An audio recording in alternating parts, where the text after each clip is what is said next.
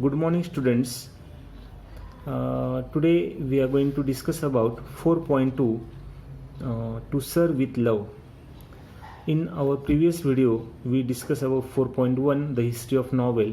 In it, we saw the elements of novel, types of novel, and the overall history of novel. In 4.2, there is a novel in our syllabus. It is not complete novel in our syllabus, but chapter number 17, one chapter is in our syllabus. But to understand that chapter, we need to study the whole novel or the summary of the novel. To Serve with Love, it is a novel written by E.R. Braithwaite, who was born in 1912 and died in 2016. His full name is Estes Edward Ricardo Braithwaite, but he is popularly known as E.R. Braithwaite.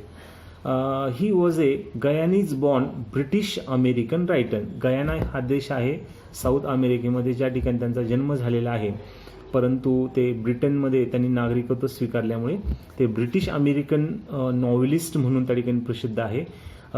He was not only novelist but also a teacher, a diplomat, and a writer.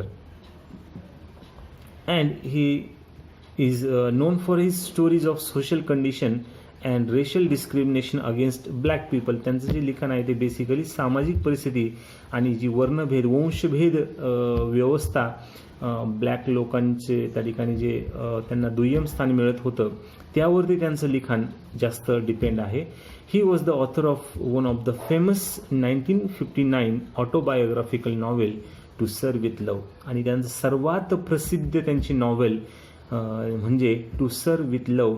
It is an autobiography. ते आत्मचरित्र आहे, त्यांच्या जीवनावरती ते आधारित आत्मचरित्र त्यांनी लिहिलेलं आहे. He also wrote a kind of homecoming about his tour of Africa टूरवरती त्या ठिकाणी त्यांनी अ काइंड ऑफ होमकमिंग हे लिखाण त्यांनी केलेलं आहे. A choice of straws, a novel set in London. आणि चॉईस ऑफ स्ट्रॉज ही नॉवेल त्यांनी लंडनमध्ये जे अनुभव त्यांना आले ते त्या नॉवेलमध्ये लिहिलेले आहे. त्याचबरोबर reluctant neighbours, a memoir and treaties. त्या ठिकाणी हे रिलक्टंट नेबर्स नावाचं त्यांनी एक मेमोयर आणि प्रबंध त्यांनी लिहिलेला आहे, जो रेसिझमवरती अवलंबून आहे. म्हणजेच वर्णभेद जे आहे, वंशभेद जे आहे, या विषयावर त्यांनी ट्रीटीज म्हणजेच प्रबंध त्यांनी लिहिलेला आहे. Braithwaite's numerous writings primarily deal with the difficulties of being an educated black man, a black social worker, a black teacher, and simply a human being who found himself in a set of inhuman circumstances. त्यांचं जे writing आहे ते basically त्यांना मिळालेली जी वागणूक आहे, black ते होते आणि ते ब्लॅक असल्यामुळे एक एज्युकेटेड असूनही त्यांना कुठल्या प्रकारची वागणूक मिळाली, त्याचबरोबर त्या ठिकाणी एक ब्लॅक टीचर म्हणून त्यांना काय वागणूक कशी मिळाली, किंवा एक म्हणजे एक माणूस म्हणून त्यांना कशा प्रकारे ब्लॅक असल्यामुळे त्यांना कशा प्रकारची वागणूक त्या ठिकाणी समाजाने दिली, यावरती त्यांचं लिखाण हे अवलंबून आहे किंवा त्या विषयावर त्यांनी लिखाण केलेलं आहे. To sir with love is an autobiographical novel. The narrator is an engineer, but to make both ends meet he accepts the job of a teacher in a rough London East End school. Engineer ते होते, परंतु black असल्यामुळे त्यांना job त्या ठिकाणी मिळत नव्हता. त्या काळामध्ये इंजिनियर असूनही केवळ फक्त ते ब्लॅक होते, त्यामुळे त्यांना जॉब न मिळाल्यामुळे त्यांनी एका शिक्षकाची नोकरी पत्कारली, जी एका लंडनमधील ईस्ट एंड जो एरिया आहे तिथे एक रफ असं स्कूल, म्हणजे त्या ठिकाणी असे त्या शाळेमध्ये विद्यार्थी होते जे जनरली त्यांना बाहेरच्या स्कूल्समधून त्यांना काढून टाकलेलं असायचं त्यांच्या बिहेवियरमुळे, त्यांच्या वागण्यामुळे. अशा शाळेमध्ये या E.R. ब्रेथवेट यांना जॉब मिळाला. At the beginning the narrator is ridiculed and bullied by the students, but later his calm demeanor and desire to see them succeed gradually earn him the respect.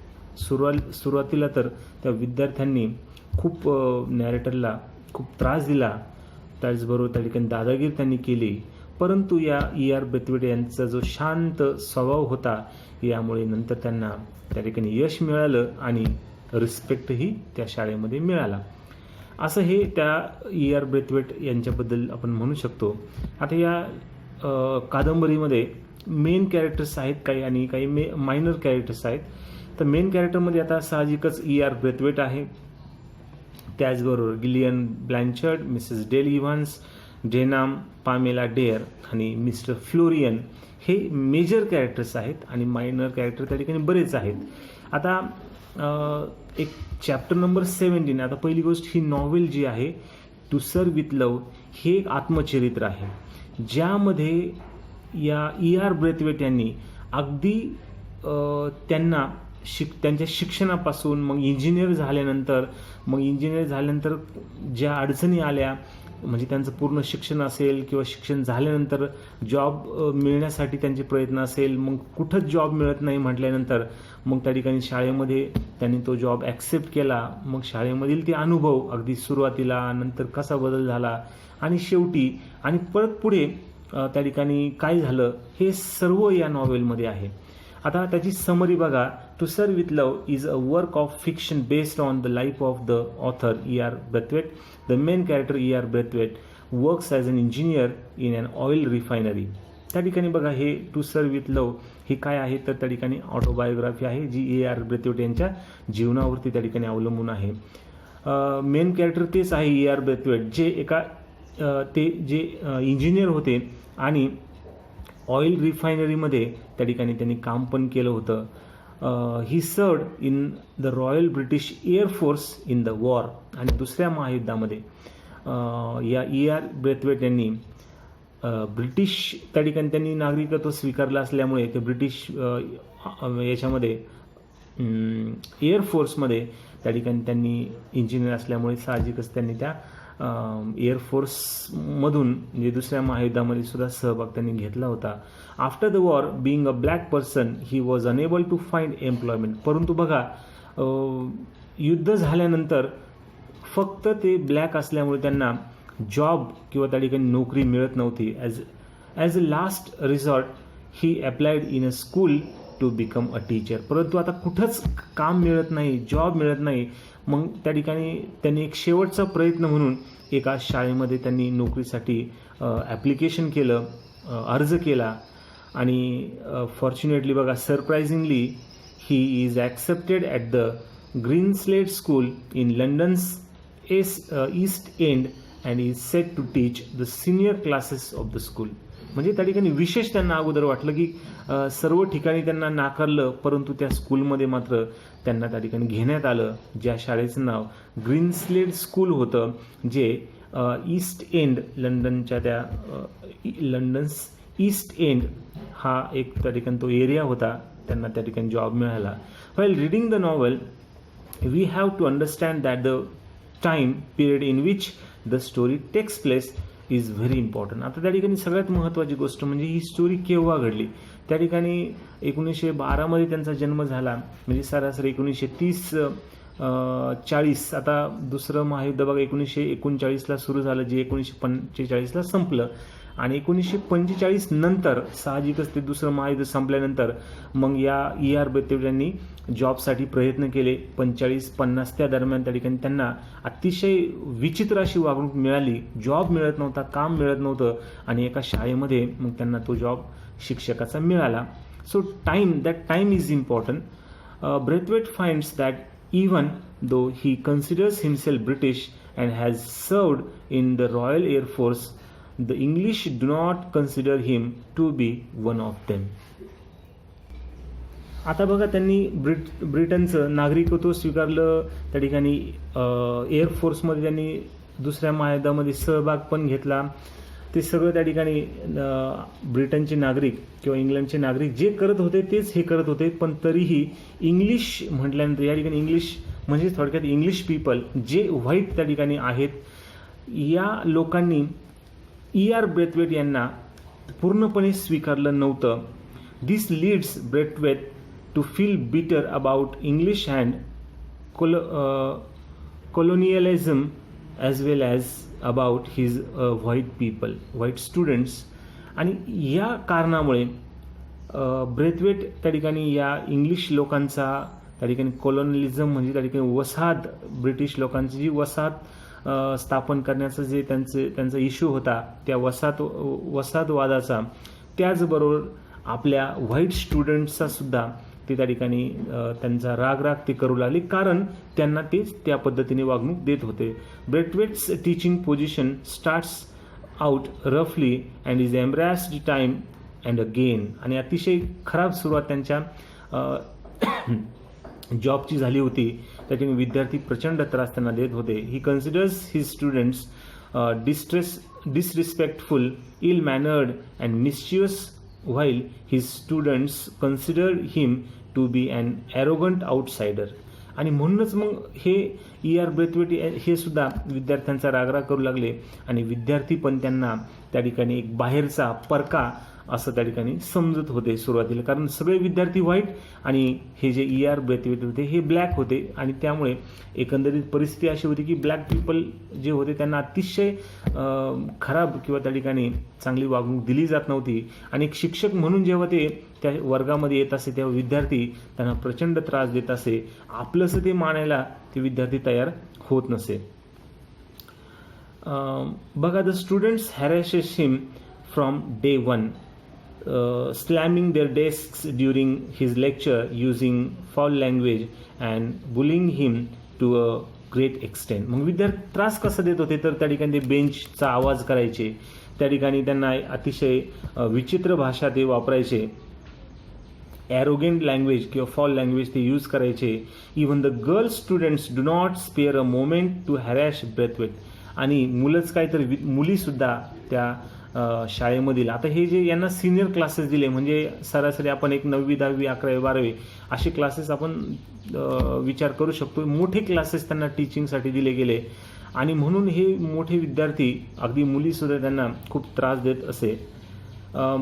In a reaction to that Braithwaite verbally scolds the girls for acting in an unladylike manner and being unruly in the class. आणि मग ते मुलींना म्हणत असे की ज्या पद्धतीने स्त्रिया आहेत किंवा ज्या पद्धतीने मुली असतात असं तुमचं वर्तन नाही, या पद्धतीने ते मुलींवरती रागवत असे.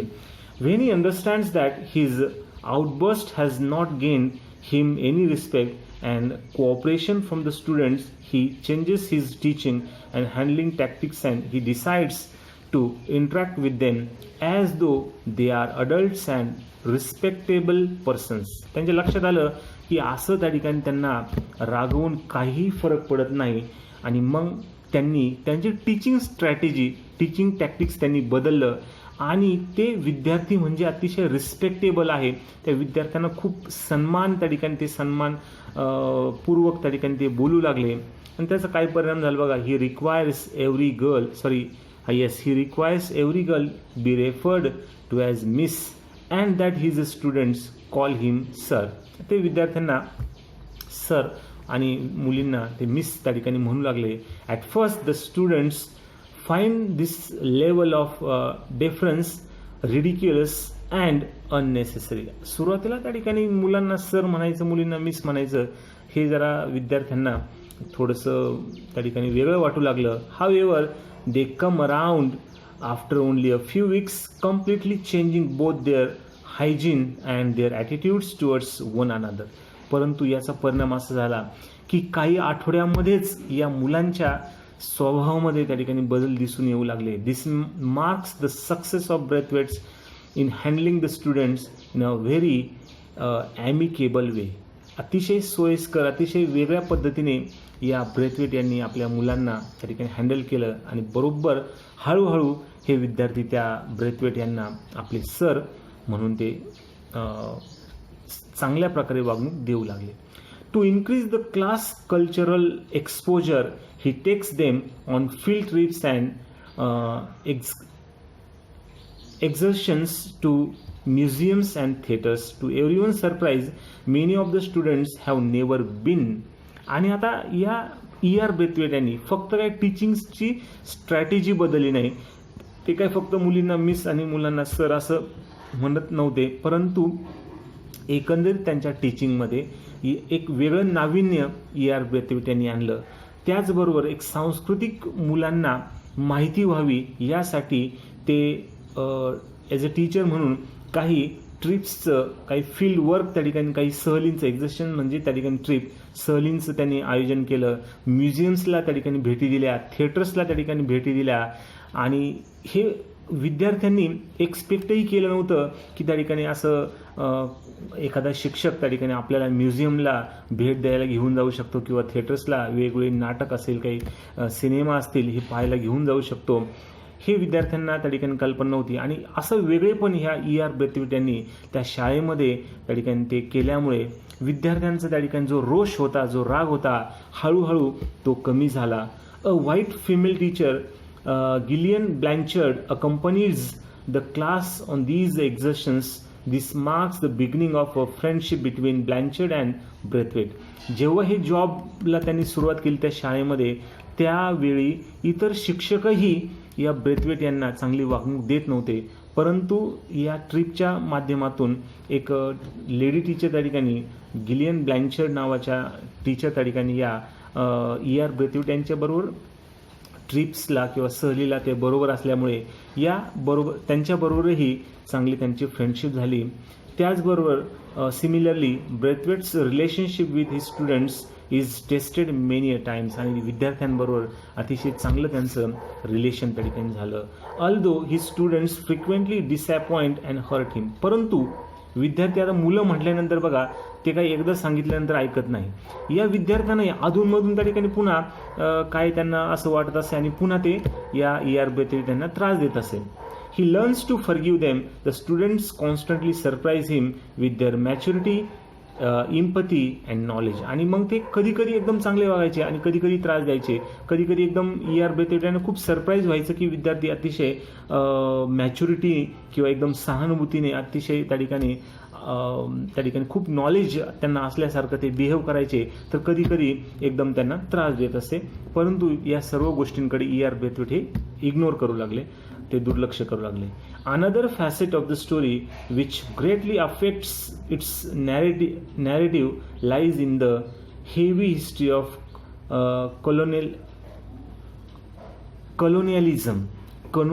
कलोनियलिझम हा जो शब्द आहे ज्याचा अर्थ आहे वसाहतवाद. आता यांच्या लिखाणामध्ये या गोष्टीचं सुद्धा त्या ठिकाणी त्यांचा संबंध त्या ठिकाणी आहे. कलोनियलिझम बद्दल त्यांनी त्या ठिकाणी लिखाण केलं आहे. Its dark consequences, mental and physical trauma that increases Braithwaite's hatred and what for British. आता हा जो ब्रिटिशांचा वसाहती निर्माण करण्याचा हा जो एक त्यांचं जे इश्यू होता किंवा त्यांची जी मानसिकता होती, वेगवेगळे देश, भारतामध्ये सुद्धा त्यांनी अगोदर वसाहती स्थापन केल्यानंतर संपूर्ण देश त्यांनी ताब्यात घेतला. असं अनेक देशांमध्ये या ब्रिटिशांनी त्या ठिकाणी केलं होतं. इव्हन अमेरिकेमध्ये सुद्धा वसाहती स्थापन केल्या होत्या. हा जो वसाहतवाद होता, हा वसाहतवाद किंवा ह्या वसाहती निर्माण करण्याचं जी इंग्रजांची जी मानसिकता होती, ही या ब्रेथवेट यांना काही मान्य नव्हती किंवा ब्रेथवेट या मानसिकतेला ते विरोध त्या ठिकाणी करणारे होते. आणि म्हणून या ब्रिटिशांबद्दल एक हेट्रेडची जी भावना होती, त्या ठिकाणी त्यांना म्हणजे तिरस्काराची जी भावना होती, ती या ब्रेथवेट त्यांच्या मनामध्ये होती या कॉलोनियलिझमबद्दल. त्याचबरोबर he constantly feels the prejudicial effects of colonialism while living in England after World War II. म्हणजे दुसरं महायुद्ध झाल्यानंतर जे पूर्वग्रह या कॉलोनियलिझमचा या E.R. ब्रेथवेट यांच्या मनामध्ये राहिला. And these negative experiences consequently shape his thoughts and action. साहजिकच जी गोष्ट आपल्या मनात असते ती आपल्या विचारांमध्ये आणि आपल्या कृतीमधून त्या ठिकाणी ती व्यक्त होत असते. तो तिरस्कार वसाहती निर्माण करण्याची जी मानसिकता ब्रिटिशांची होती त्याबद्दल एक तिरस्कार या E.R. ब्रेथवेट यांना होता, जो त्यांच्या विचारामधून आणि कृतीमधून तो दिसत होता. Braithwaite is surprised and shocked by the conditions in which these students live and also the physical trauma of the war that can be seen throughout his teaching environment. आणि त्यांच्या टीचिंग एन्व्हायरमेंटमध्ये त्या ठिकाणी या सगळ्या गोष्टींचा त्या ठिकाणी म्हणजे त्या कंडिशनमध्ये जी मुलं राहत होते, त्याचबरोबर physical trauma of the war म्हणजे त्या ठिकाणी एकंदरीत वॉर पण तेव्हा झालं होतं, दुसरं महायुद्ध, आणि एकंदरीत सगळी ती जी सामाजिक परिस्थिती आहे ती या E.R. ब्रेथवेट यांनी त्यांच्या या नॉवेलमधून मांडण्याचा प्रयत्न केला आहे. आता बघा पुढे थीम म्हणजे थोडक्यात जी सेंट्रल आयडिया आहे ती काय आहे बघा. स्टुडंट्स टीचर रिलेशनशिप म्हणजे या कादंबरीमध्ये किंवा टू सर्व विथ लव या कादंबरीमध्ये एक सेंट्रल आयडिया काय आहे, एक विषय त्याचा काय आहे, आणि नंतर मग सिलेबसमधला चॅप्टर नंबर 17 आपण पाहणार आहोत. बघा थीम काय आहे, स्टुडंट्स टीचर रिलेशनशिप, विद्यार्थी आणि शिक्षकांचा एक रिलेशनशिप सहसंबंध हा या नॉवेलचा मुख्य विषय त्या ठिकाणी आहे. त्याचबरोबर prejudice and racism are the major themes of the novel. फक्त हाच विषय नाही तर प्रिजुडाइज अँड रेसिझम म्हणजे एक पूर्वग्रह कुणाचा, तर E.R. ब्रेथवेट यांना ब्रिटिशांबद्दल किंवा एकंदरीत त्यांनी E.R. ब्रेथवेट यांना जी वागणूक दिली त्याबद्दल साहजिकच या ब्रिटिशांबद्दल एक राग या लेखकाच्या मनात निर्माण झाला. तो एक विषय, आणि रेसिझम म्हणजे त्या ठिकाणी वर्णभेद, वंशभेद हा एक मुख्य विषय या कादंबरीचा आहे. मग E.R. Braithwaite gets a job of a teacher in rather rough and notorious school. पुन्हा त्यांनी त्या ठिकाणी थीममध्ये ते सांगितलं की कशा प्रकारे त्यांना एका विचित्र किंवा अतिशय खोडकर अशा शाळेमध्ये शिक्षकाचा जॉब मिळाला. He find that students belong to a background that is not suitable for learning and their overall development and progress. आणि एकंदरीत त्या शाळेचं वातावरण अतिशय खराब होतं, जे विद्यार्थ्यांसाठी चांगलं नव्हतं हे त्यांच्या लक्षात आलं. He notices that students are in no mood to change their attitude and behaviour. त्यांनी बघितलं की विद्यार्थी अजिबातही सुधारायला तयार नव्हते. Braithwaite with his novel and creative ideas, innovative teachings and understanding the student psychology ultimately wins their hearts in no time. परंतु या E.R. ब्रेथवेट यांनी वेगवेगळे टीचिंगचे स्ट्रॅटेजीज त्या ठिकाणी वापरले, त्या ठिकाणी वेगवेगळ्या क्रिएटिव्ह आयडियाज वापरल्या, आणि एक दिवस त्या ठिकाणी ते विद्यार्थ्यांचं मन जिंकण्यात ते यशस्वी झाले. Though he was bullied, harassed mentally and physically, tortured many times, he didn't lose his patience and continued implementing his novel ideas. आणि त्यांनी नवनवीन आयडियाज त्यांनी त्या मांडण्याचा त्या ठिकाणी त्यांनी प्रयत्न केला. विद्यार्थ्यांकडे दुर्लक्ष केलं, त्या विद्यार्थ्यांच्या धमक्यांकडे दुर्लक्ष केलं, and continued implementing his novel ideas and techniques that help him to bring a significant change in his students lives. त्यांच्या विद्यार्थ्यांच्या जीवनामध्ये एक वेगळा बदल निर्माण करण्याचा त्यांनी प्रयत्न केला आणि त्यामध्ये यशस्वी झाले. The racism prevalent in Great Britain during the mid 1940s. म्हणजे त्या ठिकाणी 1940च्या दरम्यान किंवा त्या दशकाच्या मध्यामध्ये रेसिझम हा ब्रिटनमध्ये खूप त्या ठिकाणी त्या रेसिझमने म्हणजे थोडक्यात मोठ्या प्रमाणात वर्णभेद, त्या ठिकाणी वंशभेद हा इश्यू पसरलेला होता. The time period during which to sir with love takes place is of primary significance in the novel. आणि त्याच म्हणजे या कादंबरीमध्ये टू सर्व विथ लव तो कालखंड त्या ठिकाणी त्याबद्दल लिहिलेला आहे. The narrator sites repeated incidents in which he experienced the racism of white Britons, including encounters of the bus, at job interviews, at Grenslade School, when he is searching for housing, at a restaurant with his girlfriend, and so on. अनेक प्रसंग या E.R. Brathwaite यांनी मांडलेले, ज्या ठिकाणी ते black असल्यामुळे त्यांना लोकांनी चांगली वागणूक दिली नाही. त्यातले काही एक्सपिरियन्स त्यांनी सांगितले की कशा प्रकारे बसमध्ये त्यांना दुय्यम स्थान मिळालं. जॉब इंटरव्ह्यू जेव्हा ते जात होते त्यांना त्या ठिकाणी त्रास देण्यात आला. ग्रीनस्लेड स्कूलमध्ये कशा प्रकारे मुलांनी त्यांना त्रास दिला. जेव्हा ते घर शोधत होते कशा प्रकारे त्या ठिकाणी ते ब्लॅक असल्यामुळे त्यांना घर दिलं जात नव्हतं. आणि जेव्हा ते त्यांच्या गर्लफ्रेंडबरोबर रेस्टॉरंटमध्ये होते त्यावेळीसुद्धा त्यांना कशा प्रकारे त्रास देण्यात आला, हे काही अनुभव त्यांनी या ठिकाणी त्यांच्या या कादंबरीमध्ये मांडले. At the outset Braithwaite's is stuck by the unexpectedness of such prejudice. He was brought up in British Guyana, and he viewed himself as a British citizen, not as a black British citizen in a British colony. ते स्वतःला मात्र British समजत होते, परंतु त्यांना मात्र black असं त्या ठिकाणी समजलं जात होतं. When he served Great Britain in Royal Air Force, that gave him respect and esteem in the society. जेव्हा ते एअरफोर्समध्ये त्यांनी काम केलं सेकंड वर्ल्ड वॉरमध्ये, प्रचंड रिस्पेक्ट त्यांना मिळाला.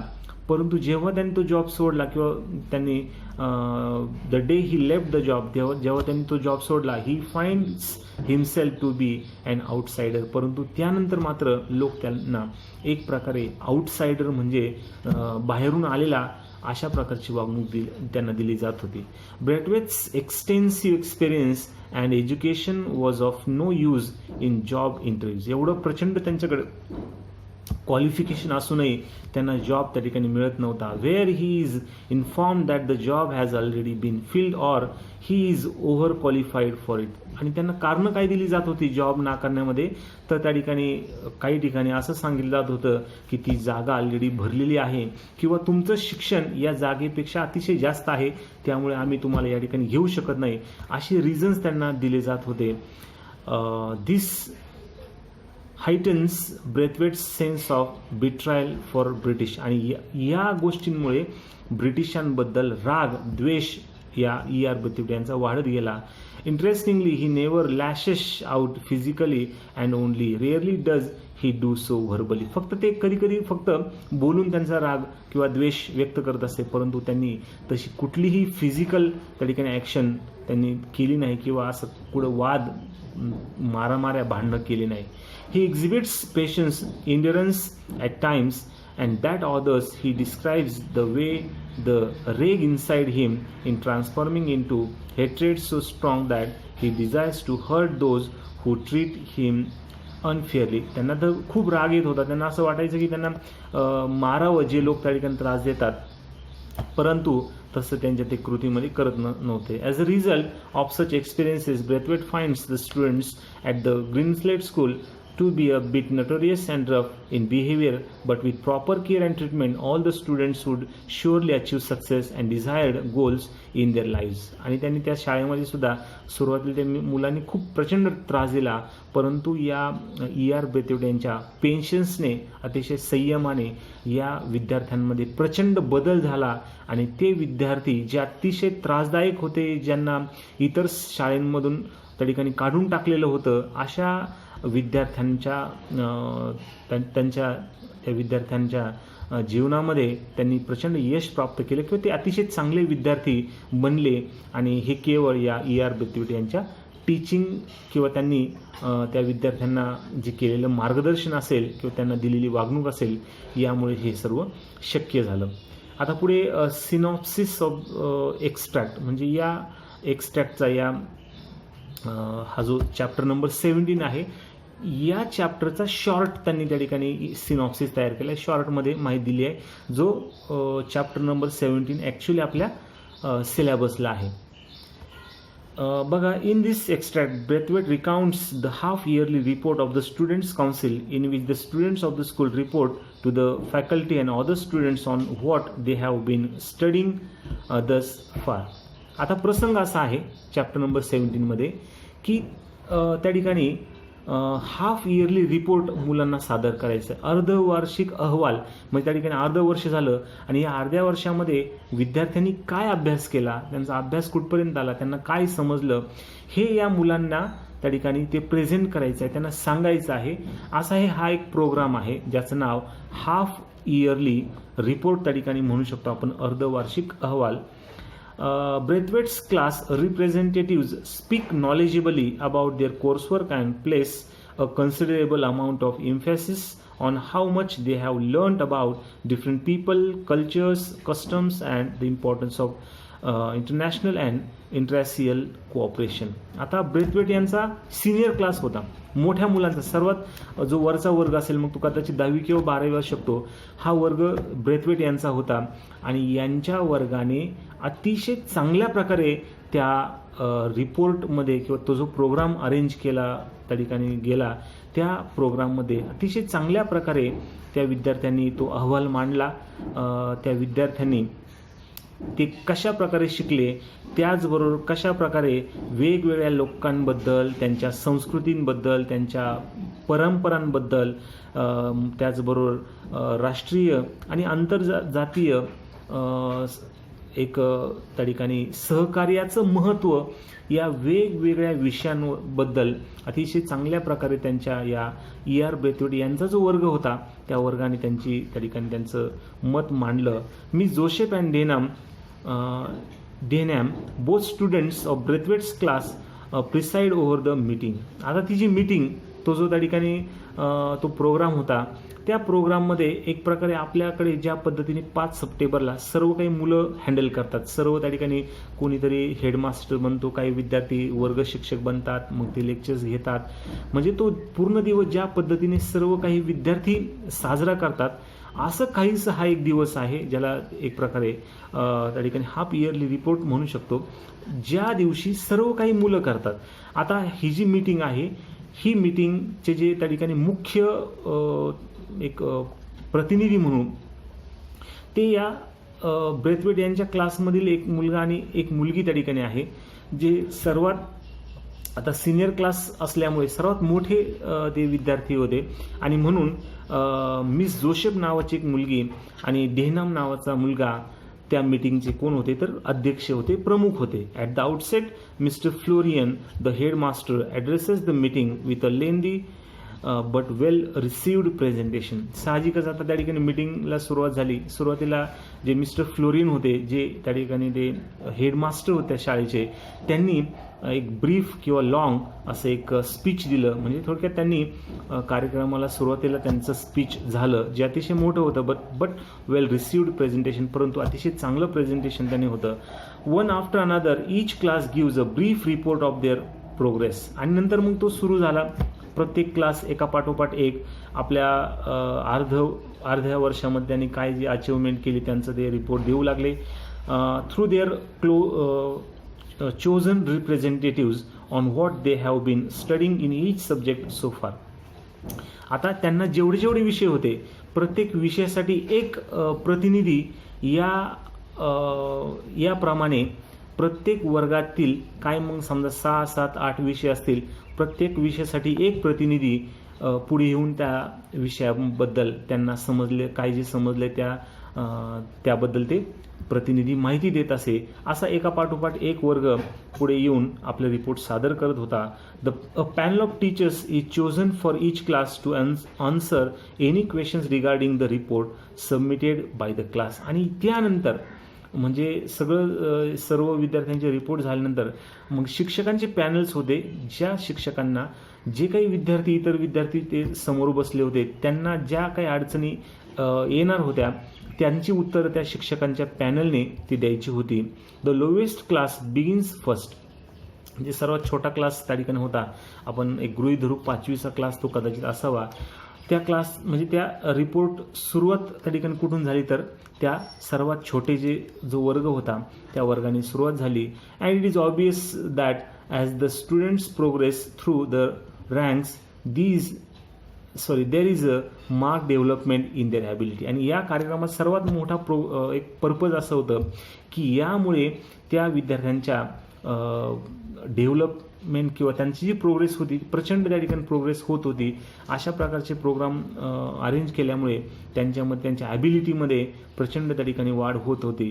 Mister Braithwaite's class being the oldest was the last to present the report. आता Braithwaite यांचा क्लास शेवटचा असल्यामुळे शेवटी या ब्रेथवेट यांचा क्लासचा रिपोर्ट होता. Miss Joseph begin the highest classes proceedings by clarifying that the common theme underlying all their studies this term is the interdependency of mankind. आता जेव्हा या ब्रेथवेट यांच्या क्लासच्या रिपोर्टला सुरुवात झाली आता मिस जोसेफ आणि डेहनाम हे दोन विद्यार्थी अध्यक्ष पण होते मीटिंगचे, आणि या मिस्टर ब्रेथवेट यांचे ते क्लासमधील सुद्धा विद्यार्थी असल्यामुळे ते पण त्या रिपोर्टचे ते कोण होते तर ते प्रतिनिधी होते.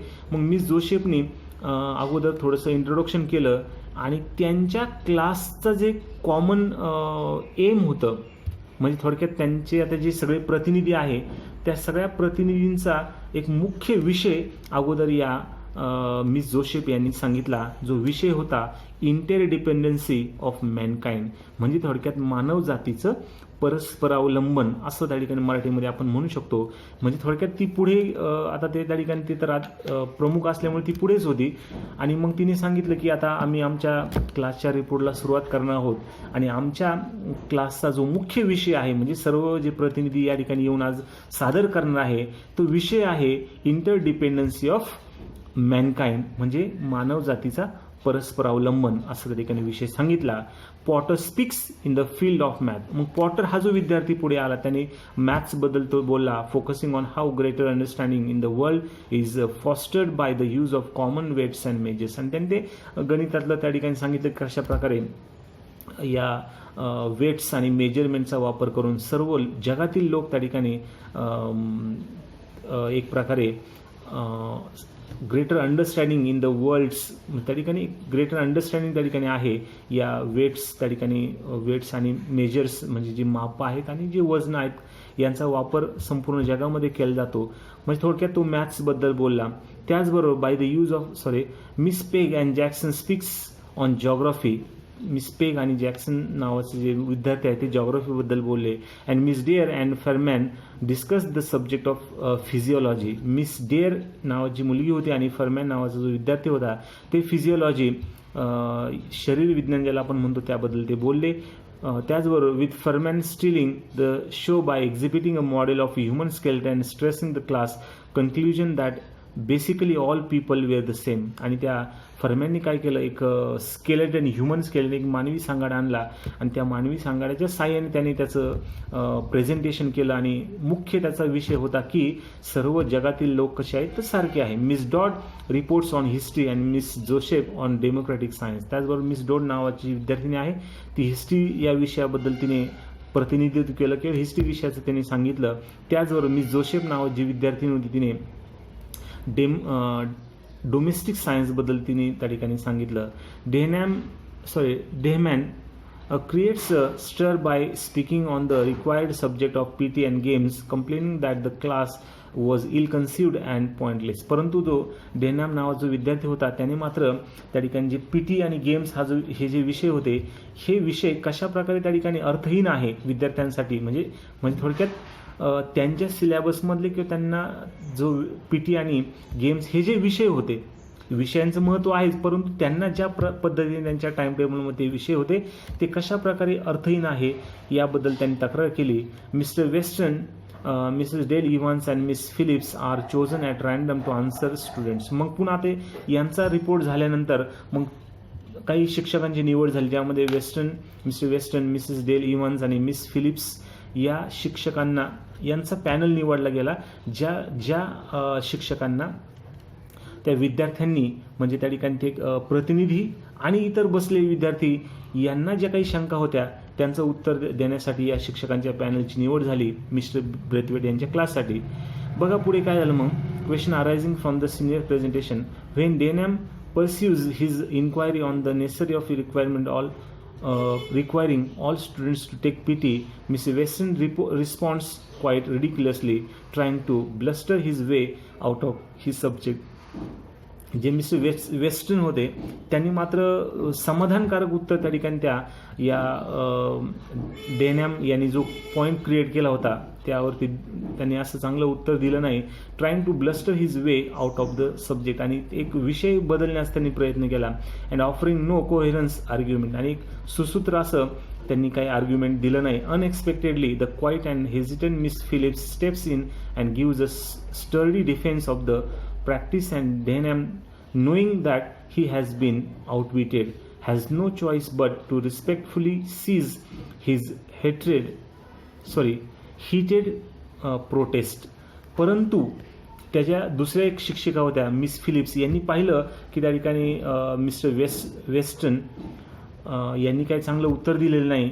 त्यामुळे या मिस फिलिप्स यांनी थोडक्यात मोर्चा सांभाळला आणि त्यांनी त्या डेहनॅमने जो पॉईंट क्रिएट केला होता, जो मुद्दा त्यांनी उपस्थित केला होता, त्याचं त्या ठिकाणी समर्थन केलं किंवा त्याचं उत्तर त्या ठिकाणी त्यांनी देण्याचा प्रयत्न केला, ज्यावरती या डेहनॅमला शांत बसण्याशिवाय कुठलाही पर्याय नव्हता.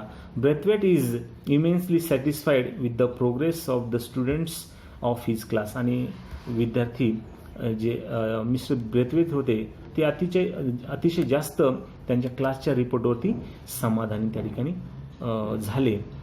हे या चॅप्टर नंबर 17 आहे, जे डिटेलमध्ये आपल्याला त्या ठिकाणी पुढे पाहायचे, जे आपण पुढील व्हिडिओमध्ये पाहू. थँक्यू.